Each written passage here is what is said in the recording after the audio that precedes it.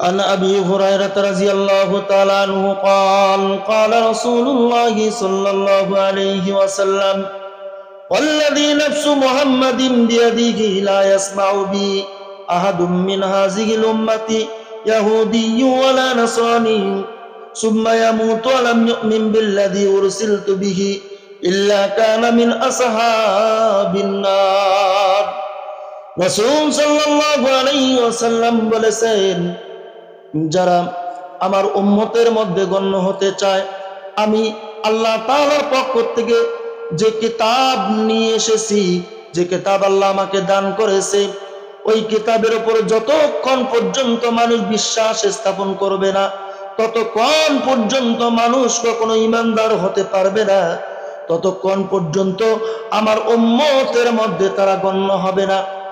আল্লাহ রাসূলের এই হাদিসের ব্যাখ্যায় এসেছে, উম্মত হচ্ছে দুই প্রকার, উম্মতে দাওয়াত আর একটা হচ্ছে উম্মতে ইজাবাত। যারা আল্লাহ তাআলার কোরআন, রাসূলুল্লাহর সুন্নাহ, ইসলামের হুকুম আহকাম আল্লাহ তাআলার পাবন্দি করেছে, তারা উম্মতে ইজাবাত।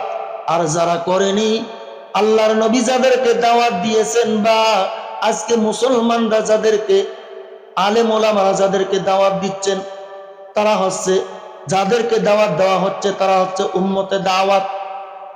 আসুন আমরা উম্মতে ইজাবাতের দলে থাকবো, আমরা উম্মতে ইজাবাত হয়ে এই সমাজে প্রতিষ্ঠা করব মুসলমানি সমাজ, মুসলমানি রাষ্ট্র কায়েম করার চেষ্টা করব। আমরা সকলে উম্মতে ইজাবাত।